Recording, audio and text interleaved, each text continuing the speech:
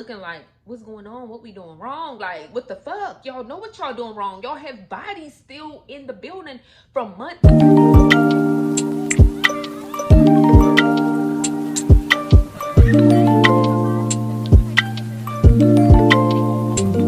Hello everyone, and welcome back to the channel. Today we have another story time by For My Man, the show For My Man. So let's get started. So this story is about a guy named Don Trey, and Don Trey was born to a loving mother and father. They were married, and Don Trey was a twin, so he was born a twin. So they say that Dondre was loving, caring. He had a heart filled with gold, y'all. I mean, they were highly talking about him. He was successful with school and everything, and he was just a loving person in all. Now, Dondre basically, as they start growing older, their parents start growing apart, which led to a divorce between his mother and father. And it's weird because Dondre's mother left and left the kids. It's not weird. Nowadays it's more common than it was back then. But back then, to everybody, it was like unusual. So the mother left them, but Dondre didn't skip a beat with love from women, which would be like his family members, his grandma, and everything. So Dondre would still go to church and everything, him and his brothers, with the grandmother. They would read the Bible to their grandmother every day. Like, they were still around people that really loved them. So now Dondre dad decides to like move or whatever. So they wind up moving. And once they moved, Dondre and his brother was like older, they had done got older. So now they're more into the church, and Dondre was a minister. And so they were into the church like heavy, to the point where they were doing funeral services and everything. And they were so unique because their funeral services was consist of dancers. The pallbearers would sing. Like, it was a funeral service like no other, one that you would want any of your family members to have. So they were in the funeral business or whatever. And unfortunately, the owner had done passed away. So they were kind of still in it before he passed away. And Dondre had wound up meeting a woman from church. They wound up getting married. Now, unfortunately, Dondre and his wife was like not seeing eye to eye. Dondre kept cheating. Like, his infidelity was causing his wife to not want to be there no more, which caused Dondre to get a divorce.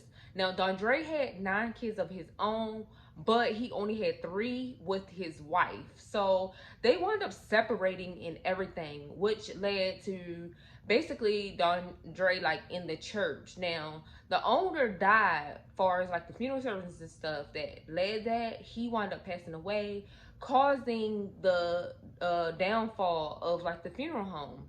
Well, he was still in church, a minister at church and everything. So, kind of not rocky there. Well, now, one day a woman comes in. She's dressed to the T, y'all. They said she was fine. Like, she kept her appearance and everything together. Hair done, nails done, outfit on. Like, she was the ultimate yes ma'am. So she walks in, and Dondre sees her like instantly. So he completed service and everything, and he approached her, and she introduced herself as Rachel. Hi, my name is Rachel. And he was like, hello, my name is Dondre. Like, yes ma'am. And they exchanged numbers, and they started like dating. Like, they started getting to know each other and basically dating, to the point where they started getting real serious, to the point where now they done went to Las Vegas and stuff and eloped, honey. Like, I don't need nobody there. Like, they instantly got married.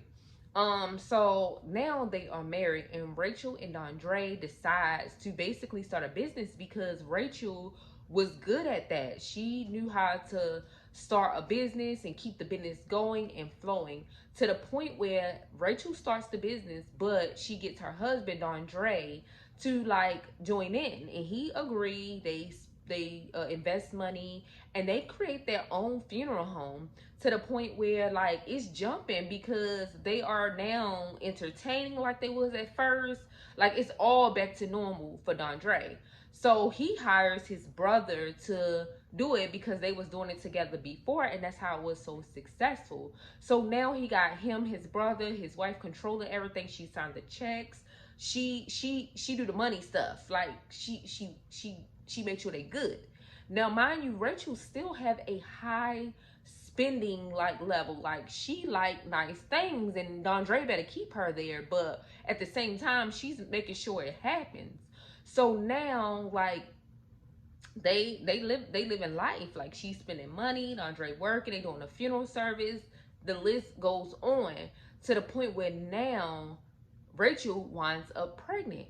Now, Dondre got it in his mind, he don't want his beautiful, sexy wife to be at the funeral home all the time, especially having to deal with the embalming fluid and all that stuff that go with funeral, arrangements and everything. Mind you, Rachel is the one that basically like deal with the books. So Dondre's like, no, you gonna be at home the whole pregnancy. So Rachel stays at home.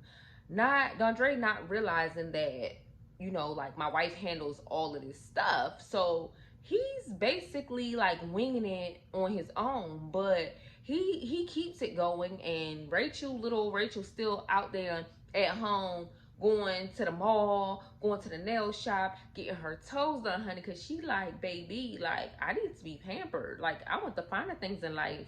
So her husband tends to control the business. Well, yeah, all of that takes a huge turn when basically like he can't handle the books. And I didn't understand why they said Rachel like signed the checks and everything, and now that she's at home she can't do that, because why not? All she gotta do is like come in, or he bring the stuff to her. Like I don't understand why she couldn't control the business while at home. Like I was confused. Well, they said eventually the funeral home started going downhill. Well, the families was giving large amounts of money, but Dondre could not keep it going, because he was not being able to cremate bodies when families wanted the bodies to be cremated. So everything just started going hill, but they was still accepting money from the families. So he reached out finally to tell his wife, like, everything ain't going right, like we losing business, like we can't cremate these people, like what to do. So Rachel like, don't panic, baby. Don't panic. Don't panic. I got you. I got you. Just put them back in the bag or whatever, and we'll figure it out. Because y'all, weirdly, they didn't have a freezer, which is weird to me, to keep the bodies in either, as well as they didn't have the money to purchase a cremating like machine or whatever, however they do the cremate. They didn't have the funds, and like people already had their own stuff going, so they didn't have time to fit them in to like help them cremate their people. So now everything is going downhill, and Andre seems to panic, because he like, shit, like how we gonna do this? But he tells Rachel, and Rachel tells him to like keep putting them in the bag, like find somewhere for them to go, and we'll handle this as soon as possible, like I promised. So he listening to his wife, because his wife was the one who was controlling the business, like, but of course she's at home. So about this time, like he does what she says, but now it get put back on hold, because now she's done had the baby. She like done went into labor, like she needs him. So he's like putting what needs to happen in the business at the funeral home on the back burner. And now he's really like attending to his wife and his newborn child, to the point where now it's been weeks and months to where these bodies were still like waiting to be cremated, and families were now like talking, and families will go there and nobody's there. Like it just started getting ridiculous, to the point where now the owner, now they were paying a mortgage on this building, and he wasn't receiving the money. Like the banks weren't receiving the money. Like, so he like, no sir. So he went to the actual building, and he got his own keys, and he started smelling a stench because, mind you, like Rachel and stuff was, they was trying to keep people away from the building or whatever, so they wouldn't smell the stench, but it was so strong, it was like lingering outside and stuff. So the owner goes to the building, unlock the door, and little and behold, he smelled like this strong smell. And he started walking through and seeing bodies decomposed, like they were in awful conditions, like bugs coming in like thousands. They said thousands of bugs coming out a body, like body on coffee table. Like it was a mess in there. It stunk. And the owner called the police, to the point where the detectives and stuff came up like, no ma'am, no sir, like, oh my God. So they start reaching out to Rachel and them. And Rachel and her husband comes up, like Andre, they comes there, like looking like, what's going on? What we doing wrong? Like, what the fuck? Y'all know what y'all doing wrong. Y'all have bodies still in the building from months. They said it was a body in that damn building for like 2 fucking years. Oh my God. But they coming up like they don't know, like it's fucking bodies in there that's supposed to been cremated. Like, what? Why y'all looking like y'all know what's going on? So the police officers send them home like, yeah, we got to figure out what we're going to charge y'all with. Like, yeah, because this ain't right. So they let them go home, and they went home stressful as hell. Like, they wouldn't get no sleep. So unfortunately, the police finally figured out what they was going to charge them with. Like, it was bodies like badly decomposed in there. Like it was awful. So finally the next day, the police and stuff rushing over, like, we about to get them. They go over and they knock on the door. Rachel comes out. They automatically put handcuffs on Rachel. Now her husband Andre, like, he peeking around a curve watching his wife get locked up, but he takes off running to the point where he gets away. Like, they chase him and everything, but he gets away and wind up staying over at a friend's house that night, watching his wife on the news getting carried in, getting locked up and booked in, like booked and ready. So he like, damn. So he started feeling real bad and turned himself in. Now, of course, he will go to any extent for his wife. So he automatically goes in, confess to everything, like getting all the stuff off of his wife. Of course, they have a newborn child. Like, who wouldn't do this? Like, why not? So he take all the blame for the situation. And also he feels so bad because he wasn't a bad person. Like, he just wound up letting stuff slip away to the point where like it was no return. So he finally apologized to the families that were grieving, and he just feels so bad, y'all. But of course, like, he takes the blame. Him and his wife still have to go to court because of course she's over everything. Remember, she signs the checks. So finally they went to court and everything, and he got one count of 1 year. His sentence was 1 year for each account. So that was 8 accounts. So basically he got 8 years. And I think they also said probation. But his wife, because he took the rap for mostly everything, still his wife was over the business. That was her business. She was controlling everything. So Rachel got 3 years. And basically the twin brother was like, he was this nice person and he would do anything for his wife. They said also Rachel and him was still together even though he was still in jail. And like, of course, he missed out on like spending time with his children, his family.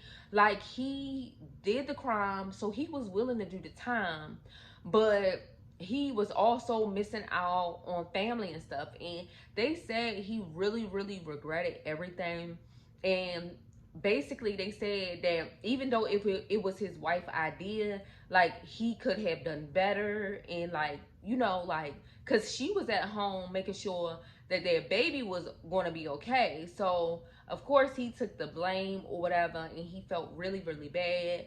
But yeah, like, Rachel got 3 years and he got, you know, 8, but you know, 1 year each account, so 8 years in total. But unfortunately it was a lesson learned for the both of them.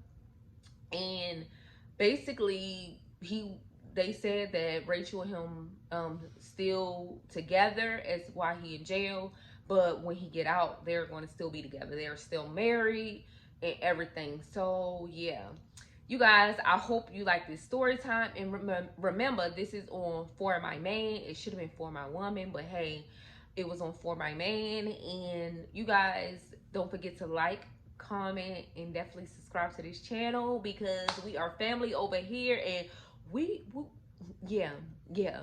Just subscribe. Just subscribe. So you guys, thanks for watching. Peace.